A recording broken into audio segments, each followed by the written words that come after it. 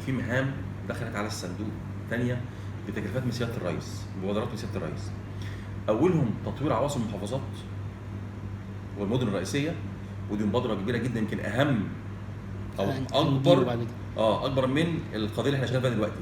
والثانيه اللي هي الاجمل بقى، اللي هي تطوير القاهره التاريخيه. القاهره التاريخيه احنا هنبدا ب5 اماكن: باب زويلة، شرق وغرب اللي هي باب زويلة نفسه، منطقة الحاكم، منطقة الحسين وحلو الحسين، وحارة الروم. دي المناطق اللي شغالين فيها حاليا دلوقتي، ما بين 10 فدان و14 فدان. ايه بقى منهجية واستراتيجية التطوير في الموضوع ده؟ اول ما بدأنا نطلق المبادرة دي وسيادة الرئيس اطلقها، الناس تطرق الى اذهانها فكر غير اللي احنا بنفكر فيه خالص، اللي هو فكره زي مثلث ماسبيرو، انا هشيل خالص وابني من جديد، هشيل خالص وابني من جديد. ده خطأ فادح اللي لو احنا عملنا كده. غلط.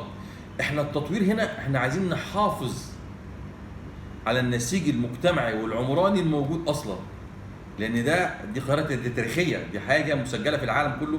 وفي نفس الوقت انا السايح هيجي يتفرج على حاجه جديده، اللي عايز يشوف القيمه التاريخيه اللي الناس اصلا جزء منها. هنا ارسخ بقى القيمه التاريخيه للمكان. ازاي ارسخ القيمه التاريخيه للمكان؟ اي حاجه تعدت على المكان اشيلها. ما ينفعش يبقى فيه ورشه تصليح عربيات وورشه مسمكره ودوك جوه الاماكن دي. ما ينفعش ورشه نجاره، ما ينفعش مصنع يصنع حلل ألمونيوم هناك وعايز كده في المكان ده. لا، ده ارسخ الحرف اليدويه، الخياميه وصناعه الجلود اليدوي، ومش كل الحاجات اللي هي اليدويه دي، والاكسسوارز والحاجات اليدويه، النحاس، الانتيكات، كل الحاجات دي ارسخها. ازاي اخليه قاعد في عشه كده مش عارف يشتغل كويس، اعمل له محل كويس. الوكالات القديمه زي وكاله نفيس البيضاء، وكاله رضوان بيك، والوكالتين اللي على باب النصر، ازاي اجددهم من تاني؟ هم عباره عن اسوار خاربه دلوقتي. انا دخلت في بعض الوكالات لقيتهم مربيين حيوانات جوه، حاجه لا تقبل. لقينا ان في بعض الاثر مبني بيه مبنى ملحق بيه كده، ناس بانيه بنايه غريبه جدا لازقه في الاثر نفسه، زي منطقه الحاكم ومنطقه عند باب زويلة، المسجد اللي عند باب زويلة.